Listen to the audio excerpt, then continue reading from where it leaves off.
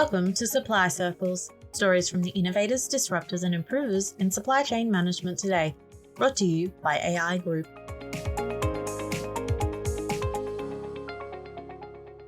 Yes, indeed. Hello, I'm James Scotland, the General Manager of Supply Chain Resilience at the Australian Industry Group. And in this podcast, I ask supply chain professionals and thought leaders, how can we in Australia create supply chains that are resilient and sustainable at a time when we're implementing the challenges of the 3Ds? You know them: digitalisation so that we can keep up with our peers, decarbonisation to reach our targets of net zero by 2050, and ongoing disruptions that come in many, many shapes and sizes and seem to hit our businesses continuously.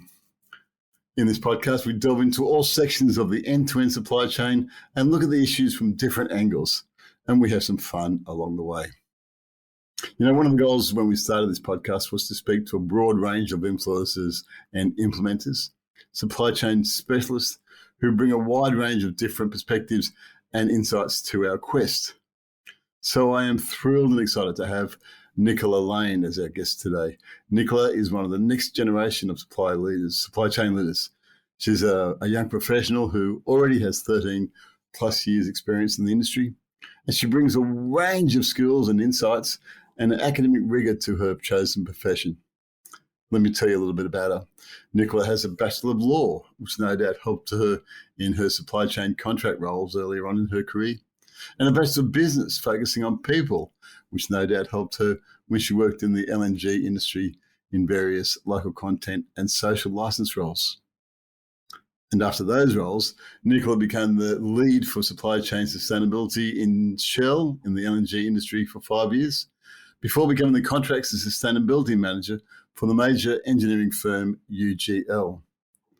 In that role, she led UGL's national subcontracting team across the oil and gas, power generation, mining, defence and telecommunication industries. Wow, what a job. She's packed a lot into just 13 years, so let's ask her about that. Nicola has also just recently completed an intensive 8-week course in sustainable supply chain management with the prestigious University of Cambridge, and I'm really keen to know more about that. So welcome, Nicola. Great to have you on the show. How are you today? Thank you, James. That was a really lovely introduction. I'm really well, really excited to be here. Thank you so much for having me on. It's just a delight to get a chance to chat. It's been too long since we had a chance to catch up. You and I were both happened to be at the same trade expo not so long ago, and we kind of passed in the night saying, where are you amongst these 5,000 people? So it's finally nice to get a chance to say hello to you and have a chat. Yeah, absolutely. You started in doing a degree in law, and then you went into business. So how do you end up in supplier management?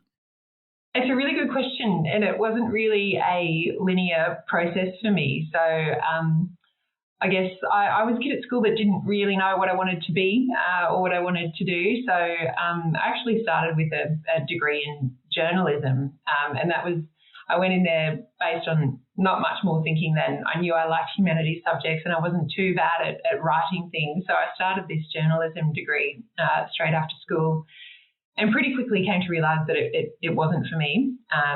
And I think that might have been because we had to stand up at the start of each lecture and sing Barnsley's You're the Voice. And it was a bit much for me. And I realised that there were people out there with a lot more passion for journalism than I probably had at the time. So I transferred after a couple of weeks actually into the business management degree, where I did a major in HR and industrial relations. And the subjects that I really enjoyed there were sort of the macroeconomics, understanding the ebbs and flows of the consumer market. I really enjoyed international law and business law.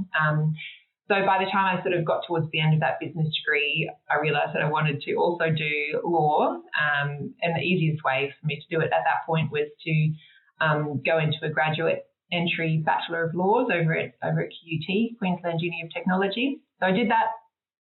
I worked as a law clerk while I was studying law, and lo and behold, by the end of that degree, I realised that I just really didn't want to work in a law firm and didn't feel like that was for me. So I was really keen to get into, a role where it was dynamic and you were hands on the tools and you could operationalise your knowledge.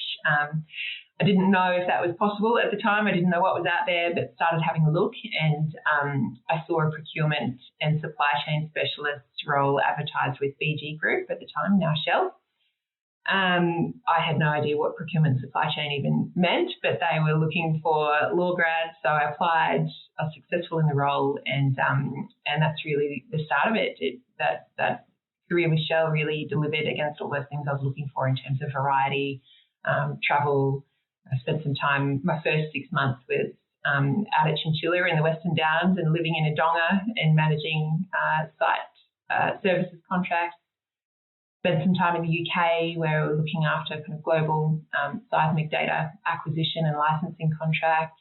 Went over to Norway where we were working on offshore oil fields, kind of looking at front-end engineering of FPSO vessels and claims management, dispute management, and now into sustainability. So it's been a really great journey for me, and I'm very passionate about supply chain careers because I think they offer that diversity and that breadth of experience that a lot of people are really after. It's almost like I haven't quite figured out what my career is going to be either yet. I've only been working for 40 years and haven't quite worked out the career. But I spent a lot of it in supply chain, in various aspects of supply chain. I guess all of it has been in supply chain. And it's almost like this area of business attracts people who love thinking and who love solving problems rather than having a specific desire to become a supply chain manager. Do you think that's right? Yeah, I definitely think that's right. And that's the beauty of the profession as well, is you get people from all walks of life that bring different strengths, and they're all able to be used in a supply chain career. And, you know, the more diverse the experience of your team, the stronger it is. So I think that's the really exciting thing about it. I'm interested that you worked in England and Norway, and you worked in sort of front-end engineering and all sorts of different parts. One of the reasons we started this podcast is because during COVID, people were talking a lot about supply chain, and they were talking about mainly logistics, how we got freight into and out of Australia and across borders that are closed. And they're talking about logistics, which is part of supply chain, but not all of it. How do you see supply chain? When you say that you're in supply chain, how do you describe it to people? There's one person in the world that I cannot get through to about what a career in supply chain is, and that is my very own mother.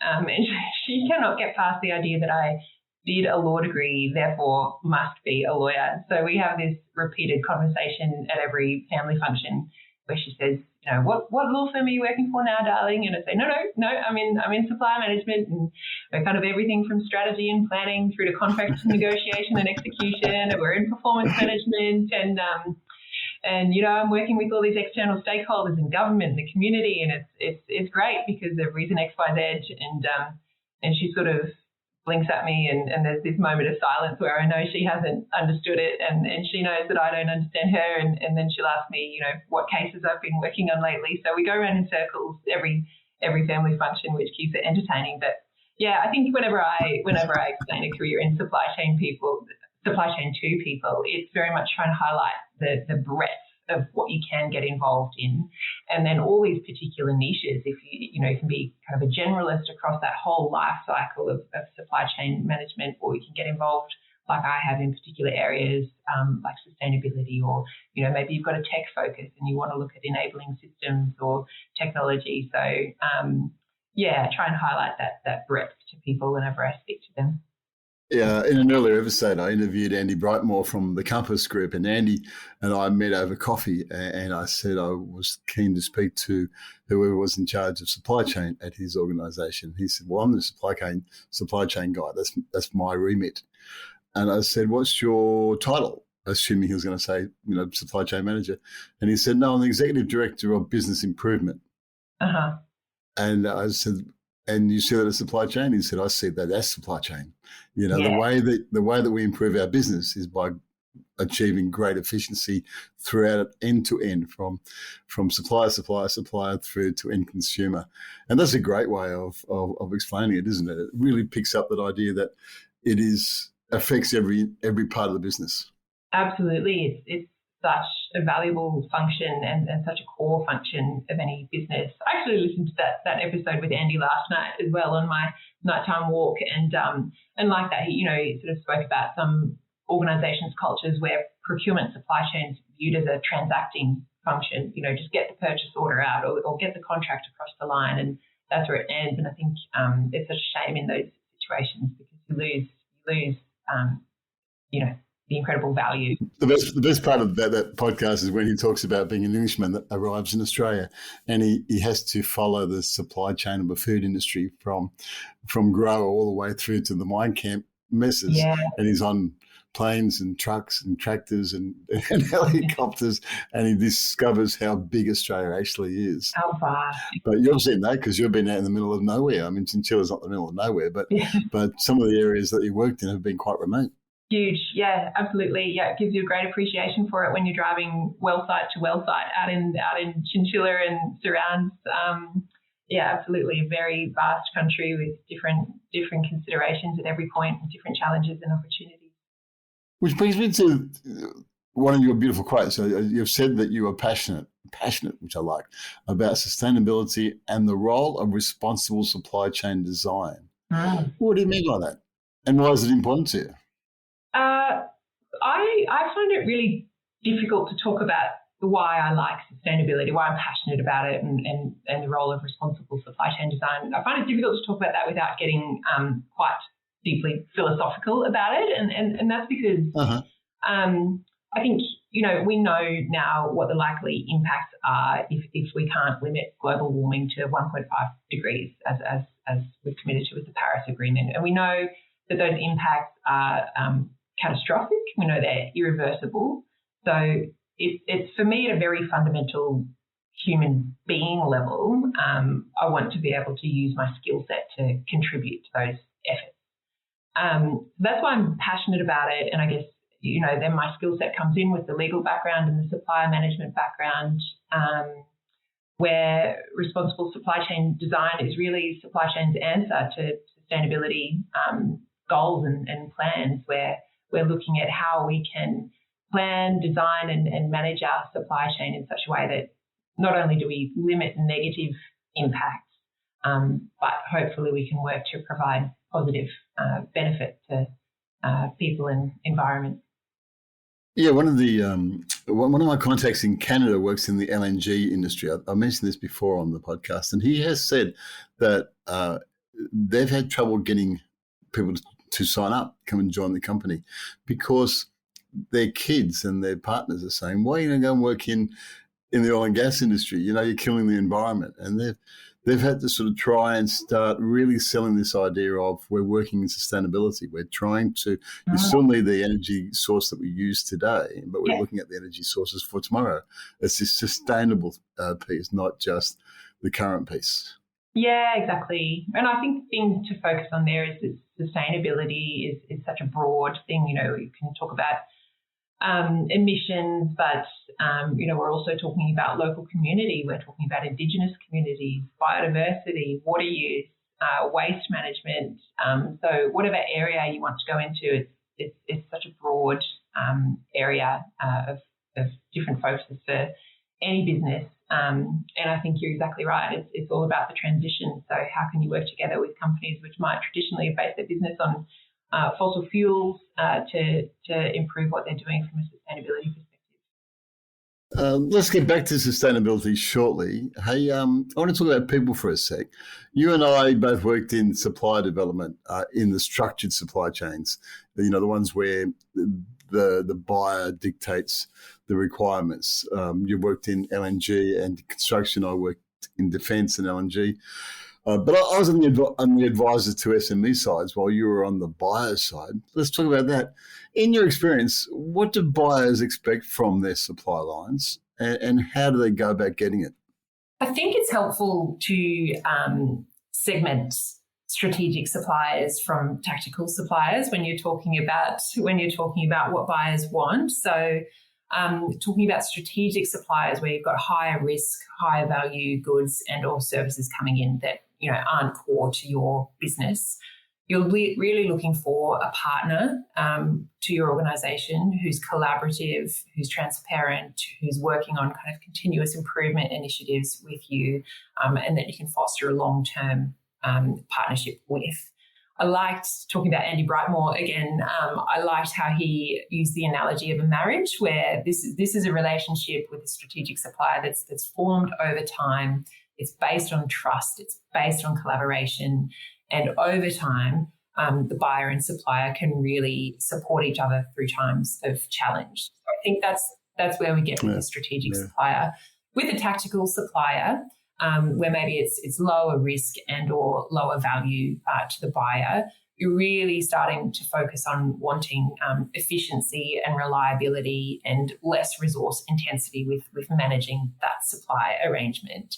But that doesn't mean that it's less personal or that it's completely hands off, and it doesn't mean that if that supply line goes wrong for whatever reason that it's not going to impact your business. So I think still it needs to have that personal input and the active management of those arrangements as well. When you asked, do buyers get what they want out of those relationships, I think the answer is always that it depends. And for me, it depends on the full life cycle of contract and supply management processes, from the planning. How are you capturing as an organisation what you say you need? Then how are you approaching the market? What are you saying in your tender documentation? What does your contract say? Is it enabling of the outcomes that you want, or is it actually hampering the outcomes? And then your performance management processes with those suppliers as well. So where the buyer isn't getting what they want from the supplier, I think it's incumbent upon the buyer to be a bit introspective and look at their processes and how it's enabling success for themselves, rather than sometimes what's a default reaction is to look directly at the supplier and place the question on them. Yeah, it's equally true that bad buyers get fired because business it's my business, and if you're going to be bad at buying from me, well, then I'll just find a better buyer. I think that's true. Well, one of the things that I've heard a lot over the years is larger organisations saying about their suppliers that in Australia we have this kind of hail fellow well met approach to relationship management, where they say, let's go and have a beer and a steak and it'll be all good. But just recently I saw it to some people from the defence industry, and they were saying, we want metrics. If you say that you're a good business, don't say it. Show me your metrics. Show me, how you get things on time. Show me how you manage your quality. Show me how you manage your lower tier suppliers. And the whole idea is about this is a business relationship. Make it business-like. You must have been doing this over and over again in some of your roles, trying to explain to people we need to know that you can do what you do. Yeah, absolutely. And that's down to the questions you ask pre and post award. And, depending on the level of transparency you want from your supplier, you need to shape your processes of relationship and contract management around those, because that level of detail that you can get into with the supplier when you're asking them to provide you with insights on, whatever metric you're looking for. I think when you spring those things on a supplier post-award is where you run into challenge and you run into trouble from a relationship perspective. Well, it's true of any relationship, isn't it? If you change the rules or don't explain what your expectations are, you're going to run into trouble, because people just can't assume that, I can't just make up what you want. You need to make sure you tell me what you want. Yeah, absolutely. One of the things that's been happening lately, and it's a key part of this podcast, is the digitalization of businesses. How I hear a lot of businesses say we are on this digital process. We're not just digitalizing some of our processes. We're making our business digital. So it's central to what we do, and they're expecting suppliers and even their distribution channels to be the same, to move into this digital world. Have you seen that change over your time in the industry? 100% I have. And I think that, the process of digitalisation has really fundamentally changed the way we work in supply chain management, and will continue to do so at an ever-increasing rate, I think. So digitalisation, I think that I always have to temper my excitement a little bit. I'm guilty of, getting really excited by all the possibilities out there, which I do. And I think that that's also a risk in an organisation as well, because there's any given number of tech companies willing to solve your problem for you if you pay them money. But I think the right tech solution has to be reflective of where you are as an organisation in terms of maturity, and the tech that you're putting in, the digitalisation that you're putting in has to be an enabler rather than a master sort of dictating to you how you work. But I think, examples of tech that I think are really exciting is obviously blockchain technology coming in with traceability for products and or services that might have particular environmental or social risk attached to them. And the example when we were chatting the other day I used was cobalt supply, for example, from Democratic Republic of Congo, DRC, where there's obvious human rights risk associated with the production, and we need traceability of that. Digital twin tech kind of used for scenario planning, where you can model different crises, different risks, and plan your supply chain requirements accordingly. I think that's really cool to follow along with the journey and the maturing.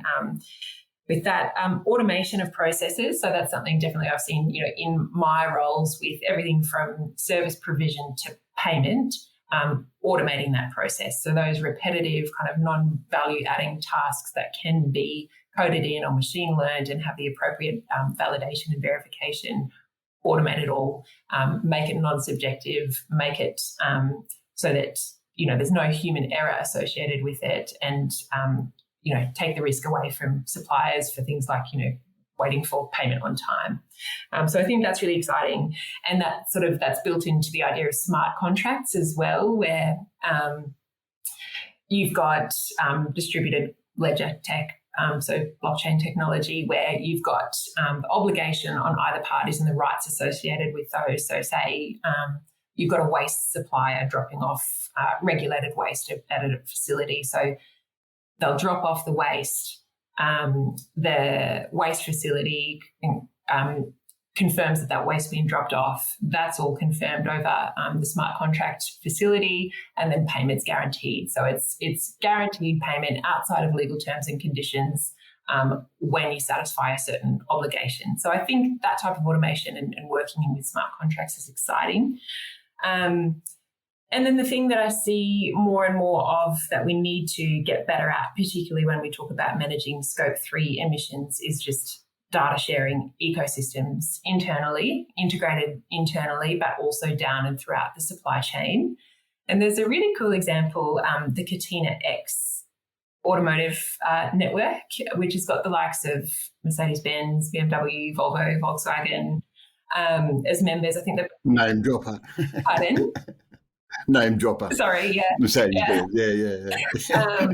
Maybe they'll provide me a vehicle if I drop their name. Maybe, yeah. But they, that's a really exciting thing to watch. I think that was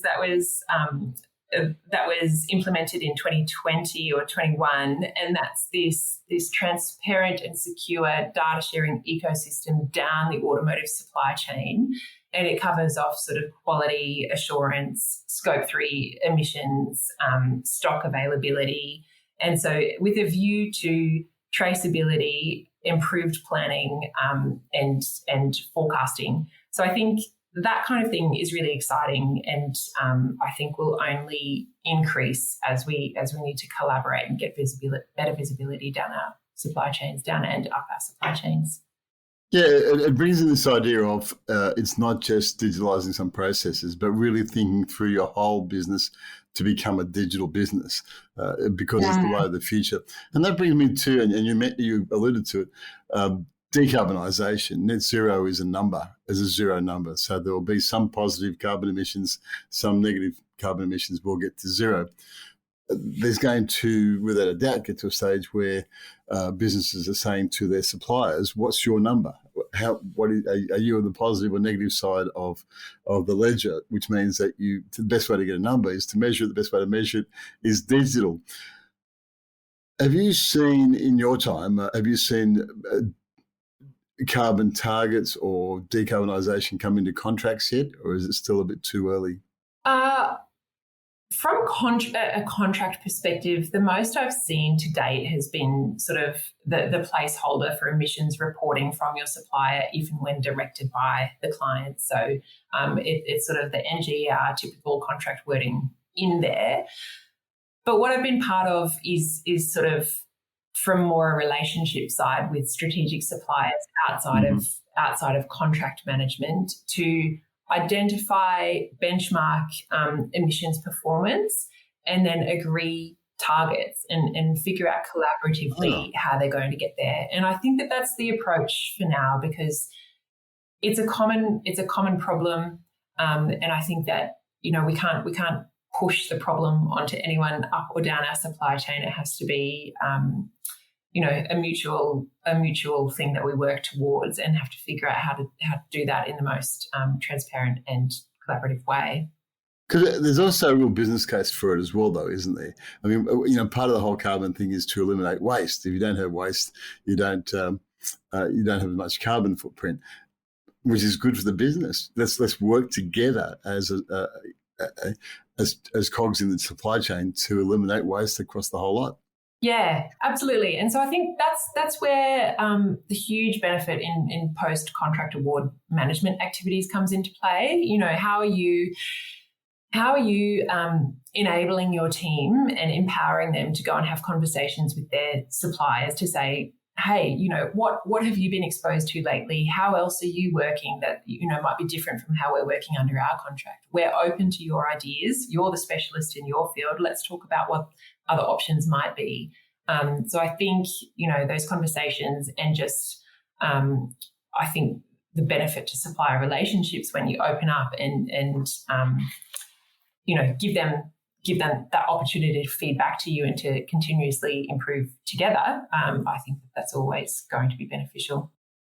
Yeah, I love that idea of it being a true relationship and saying, what do you bring? What are your skills? What are your weaknesses? And here's what we bring, here's our weaknesses. Yeah. One buyer I was talking to not so long ago was saying, we don't expect our suppliers to be perfect. We know there's going to be gaps. We need 140 requirements from our suppliers, but we know there'll be gaps. So we'll work with them on those gaps and we'll work around those gaps. What we need them to be is honest. And I guess I'm putting words in your mouth, but I'm sure you came across it over and over again in LNG and also UGL, where no supplier is perfect. Surely. 100%. And I think that, that's why it's so imperative to get the right people and the right characters and the right culture built into your buying team, because if you can't foster that trust on a really personal level, actually, with your suppliers, that they can pick up the phone and say, look, this is what's happening. We're not going to be able to achieve this by this date, or this is what's, falling off this month, and know that you've got to work on that together and develop a plan around it. I think that it just leads to other issues down the track, and sort of no longevity in that relationship. Well, the way that you explain things, it seems to me that you've developed your leadership style. You've learned how to work with people, and this is never a perfect situation. We all make mistakes and we all do okay. But what's your leadership philosophy? Just throwing it at you. You're a smart young thing. Tell me about, how do you manage people? How do you lead people? How do you get the best out of suppliers, but also staff? Look, I am a people person, and I think I always try and see people's strengths rather than, what they might not be so good at. And that strengths-based approach to kind of identifying and fostering talent in people is very much what I follow, and what I think is the best way to kind of motivate a team and get the best performance out of them. But really, what you and I were talking about recently, where work and personal life aren't distinct from one another anymore. We're flexible working. We're 2 hours in the office and 2 hours from home, and then working late and then up early in the morning, and things are blended together. So I don't think work and personal life are distinct. And as such, I don't think anymore we can treat people in a purely business professional removed manner. So I really, anyone that I've worked with and anyone in my teams, I try and get to know them as a person, give them encouragement personally. Really, I think a lot of people are going through some tough times in various ways in their life, and it's about being kind and trying to understand what their priorities are and what their constraints are, and working together with them to kind of get the best for everybody and make that relationship sustainable as well. Yeah, I agree with that. When I was a young manager, they used to say it's business, not personal. It came from some sort of gangster movie or something or other. It's just business, it's not personal. Doesn't it? But it doesn't work out so well. No, and then it became, of course, it's personal. This is a third of my life or more I spend at work. It's a key part of my identity, part of my id. My skills are on display at work, so of course it's personal. But I only work and I have that identity because of what it provides for me and my family. The two are interrelated. Yes, yeah, exactly. And I think I've got the added benefit of working in a sustainability type area. It's really easy to motivate people at a very fundamental level. Does anyone Sure. So that's great if you can get people on board and kind of foster that passion. And I think there's always going to be tasks that you have to do that are actually really boring. It might be going into SAP and pulling PO data for the last 5 years to develop a bit of a picture of what's been going on, and it's mind-numbing and it's repetitive. But if someone has that picture of, okay, this is the greater goal and this is what I'm doing it for, that becomes okay. I think that's the hidden tool in my treasure chest that I can use is it from a sustainability perspective. One of the things that was also said back in the dark ages when they said, what was it? It's business, not personal. They also said you couldn't have it all. You couldn't have a good career, a happy large family, personal life, time to be with your mum and try and explain to her what you do, have time with your friends and your friends. How do you help people achieve that balance that really is quite important? How do you do it? Oh gosh, I don't know if anyone ever has it completely under control, to be honest. I picture it as a constant juggle, and at any time, some balls are being dropped. I like that analogy. Some balls are glass balls though, and you're not going to drop those ones, and that is, your family and your kids. And so the other ones, they're a bit more rubbery and they might get dropped from time to time. That's okay because they're going to bounce back. You can pick them back up and you can keep on going. So, I've got, very clear kind of picture in my mind of those things that I won't negotiate on and I won't let go. And that is, my family essentially. And the rest, just do your best juggling effort and balance those priorities and different things as they pop up. And I think, as long as everybody's doing their best in that regard, then that's the most we can ask of anybody. I think there's a great analogy there, the glass balls and the rubbery balls. Make sure that you've got your fingers on the important bits and let the others just bounce as they do, but just do the best you can across the whole spectrum. Yeah, that's right. And if you're on a Zoom meeting and someone comes in and says, "Mummy, I have to poo," so be it. It happens a bit too regularly. I need to train this. Hey, look, you did do that course at Cambridge recently online. Yes. That must have taken up a heap of time. After the break, let's talk about that and find out how you managed to add that to the mix. Brilliant. Back soon. Thanks. If you have supply chain or business improvement challenges, contact AI Group's Business Improvement and Growth Hub. The Big Hub is a library of practical and relevant resources designed to assist member businesses to grow and improve. The Big Hub also includes an extensive network of experienced, pre-qualified business improvement consultants. For more details, contact big@aigroup.com.au. That's big@aigroup.com.au. Hey, Nicola, like me, many of the previous guests on the show have been self-confessed, passionate lifelong learners. We are all a bunch of learners. And as I said, I think people in supply chain tend to be interested in thinking and learning and solving problems. we're kind of a strange breed of people who are always searching for new ideas and new ways of seeing the world. It seems like you might be the same thing. You did this intensive, was it 8-week program from the Cambridge University? My sources tell me you got a 92% grade, which is impressive. Wow. What was it all about? Thanks, James. The 92% was, I thought this might be the only time that my name is ever associated with Cambridge. So I thought I better put in my best effort and do what I could. But I see you're not going to be Nicola from Cambridge anymore, no. The course was fantastic. So it was, as you said, 8 weeks. It was all online. It was offered by the Cambridge Institute of Sustainability Leadership. And it was facilitated by a gent by the name of Ian Ellison, who spent many years in a really impressive CV with sustainability and strategy roles with the likes of Airbus and Jaguar, and is now an associate director at Cambridge. So I was really, as you say, passion for lifelong learning, and I was just looking for a course to kind of indulge my passion for all things supply chain sustainability. I wanted to be with a reputable organisation, essentially, which would be easily recognisable in terms of quality. I needed it to be all online. I couldn't get anywhere with any form of regularity outside work, and I didn't want it to be overly long because I wasn't sure how I was going to go with outside of work hours study. So the 8 weeks seemed to sit about right. The timing was okay, so I dived in and did it. Course title, I don't think I said that, sorry. It was called Sustainable Supply Chain Management. So I wanted it to be very much focused on supply chain management rather than broader sustainability and sort of climate science. And it delivered in those regards. So really enjoyable, yeah. How did you do it? Did you get up at 4 a.m. in the morning, or did you do it after the kids were asleep, or sneak some time in during the day? What was because for me, it was always a hassle. I've done a lot of them, and I struggled for the 8 weeks. Yeah.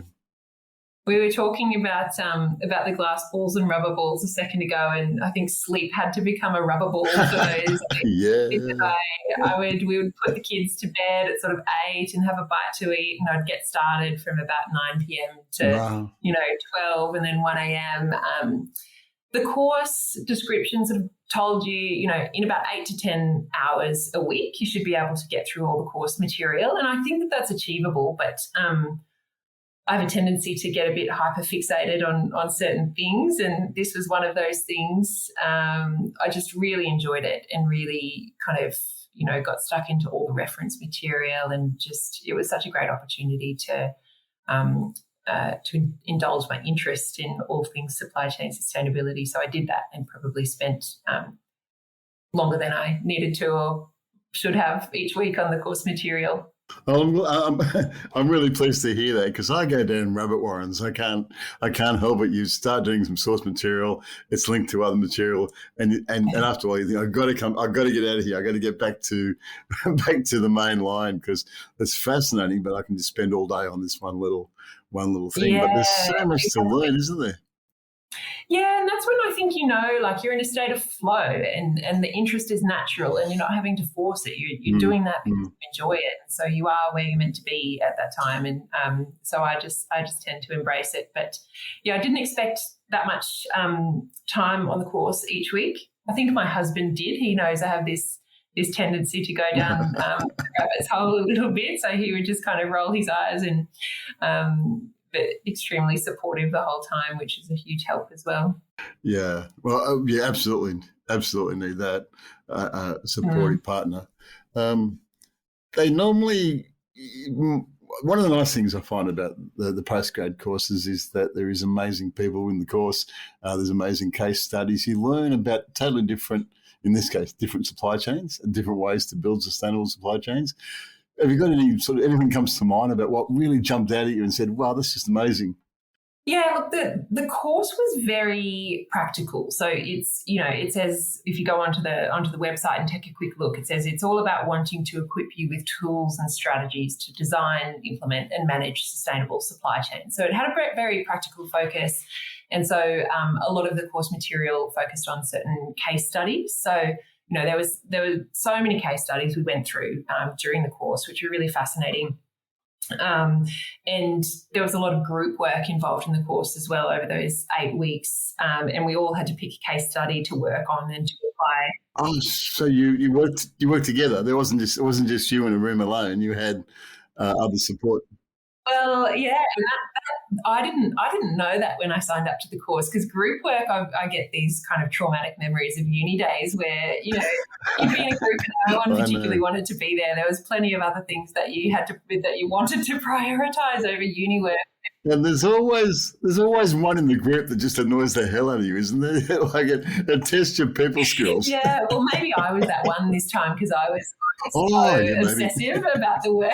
But no, it was so what we chose as our case study in our group to work on was this, we were a fast food distributor company, and our key product was a beef burger, and we were getting our beef supplied from Brazil. So it was working through, straight away your mind goes to Brazil, agriculture, deforestation. So we're talking about, deforestation of the Amazon and obvious issues there.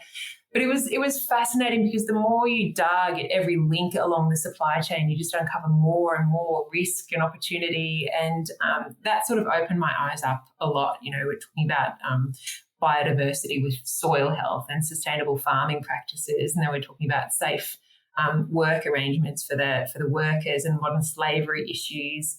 Got to talking about sort of biofuel and circular economy options with abattoir waste, powering the abattoir with the offal essentially from the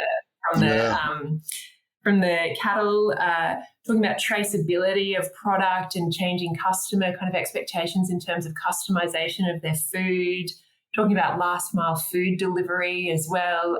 I think it just, stepping out, I've traditionally been in oil and gas and mining type portfolios, and the opportunity to step out into other supply chains and really spread your wings and have a look at all the research and kind of case studies and literature out there. It was really fascinating. I loved it. And of course, you're in a group with, I think we had the supply chain manager of Harrods on there, and we had a consultant from Belgium, and we had an international trade lawyer from somewhere else. So all those perspectives in there is a little melting pot of ideas, and really enjoyable from that perspective.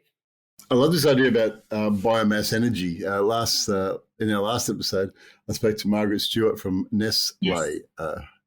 And the coffee, they make Nescafe and stuff like that, and they use coffee beans as a biofuel to fuel the plants that are making the coffee. So it just goes, it's a circular type economy. And I just think we're going to have a lot of opportunities for biofuels in the future if we're going to build sustainable supply chains. 100%. There has to be. And there's thankfully people a lot smarter than me working on it, but I love following along with, those initiatives and the research as and when it crops up. It's fascinating. I think one of the nice things about doing these courses is that you have this sort of, people call them light bulb moments. I think that's a really good description because I get that analogy. But I never quite know whether or not it's because someone's explained something I knew clearer than I knew it. They've made it clear in my mind, or it's such an obvious idea. I thought, why didn't I think of that already? I don't understand it. Either way, it's still a real light bulb, isn't it? You go, oh, wow. And if you were looking at totally different supply chain, that must have happened to you. Absolutely, it did. And I think, I guess there are a series of light bulb moments over the duration of the course. And that, you're right. Sometimes it's just it's validating what you might have already known in the back of your mind, or it's providing you with tools to apply what you know. And that was very much the case. We walked through life cycle assessments for emissions, and we did the supply chain value analysis tool where you're kind of assessing each link along the way for surplus and lost value. So I think those were really fantastic kind of tools to get across. And it was having the freedom to apply those in your own time outside of a professional setting where you're a bit more liberated because you haven't got 10 stakeholders standing around you saying, "Where's my thing? Where's my deliverable? Come on!" So that was really nice. But the big thing for me was probably, I think, a lot of organisations we walk through a process of iterative change and and kind of gradual manoeuvring towards this more sustainable outcome. But what we focused on was kind of that blank sheet transformative change as well. And we look at, here's the end goal, and outside of any other considerations, what would be the most value-adding kind of way to get there from, multiple different considerations of what that value looks like as well.